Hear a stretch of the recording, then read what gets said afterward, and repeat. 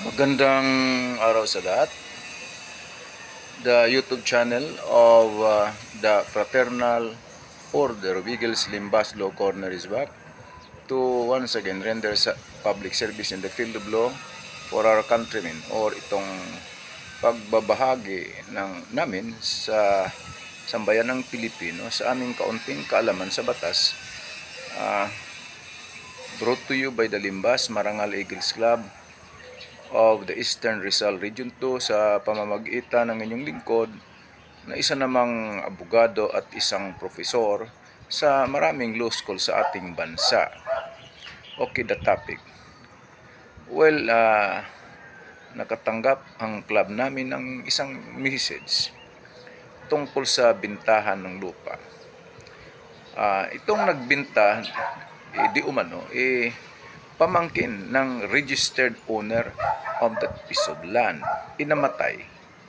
Nung namatay itong registered owner, natiyahin di umano niya, binigay sa kanya yung kopya ng titulo. Okay. Iwan ko kung sinong nagbigay.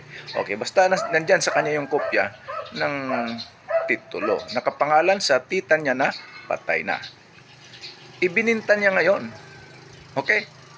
Itong nagkonsulta naman, may kailangan siguro niya, nag-down payment na siya ng 1.3 million para sa lupang yon.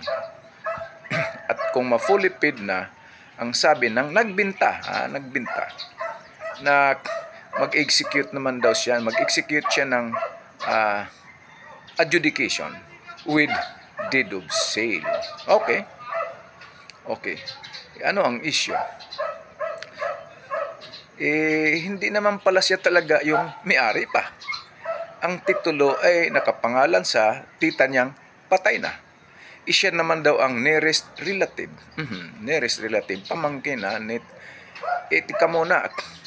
Unang-una, hindi, kahit sabihing nearest relative, pamangkin lang ito Pamangkin. Wala di umanong anak yung namatay. Okay. Siya na ba talaga ang automatic na may-ari sa ganong sitwasyon? Well, hindi ko masasagot kasi pamangkin lang ito. Hindi ito compulsory heirs, right? Or compulsory heir. So ano ang issue dito? Kung ikaw yung buyer, bakit mo bibilhin yung isang lupa na nakatitulo sa patay na? At ang nagbinta itong pamangkin. At kung ma-fully paid na, mag-execute daw siya ng adjudication with deed of sale. Kung buo na ang bayad. Itong adjudication and deed of sale, ito daw ang instrumento o dokumento para malipat ang titulo ng lupa sa pangalan ng bumili. Ito yon, mga sambayan ng Pilipino.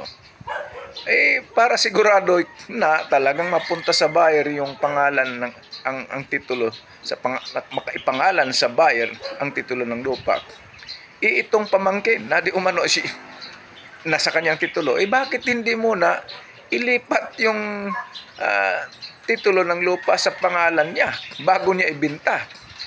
Kasi marami pang babayaran dito, mga sambayan ng Pilipino, tulad ng estate tax, at marami pang proseso ito, maraming dokumentong gagawin para ang titulo ay malipat sa pangalan ng pamangkin. Kung sakaling totoong siya ang nag-iisang heir, kung sakaling totoo.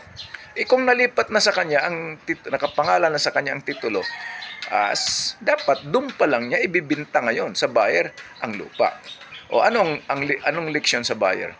Buyer, mag-ingat kayo sa ganitong mga transaction. Baka yung binayad mong 1.3 million, parang nagbayad ka ng 1.3 million para magkakaroon ng problema, hindi para magkakaroon ng lupa. Tandaan niyo ito, mag-ingat sa ganitong transaction. Maraming salamat at sana nakapaglingkod na naman itong Limbas Marangal Eagles Club ng Eastern Rizal Region 2. Maraming salamat.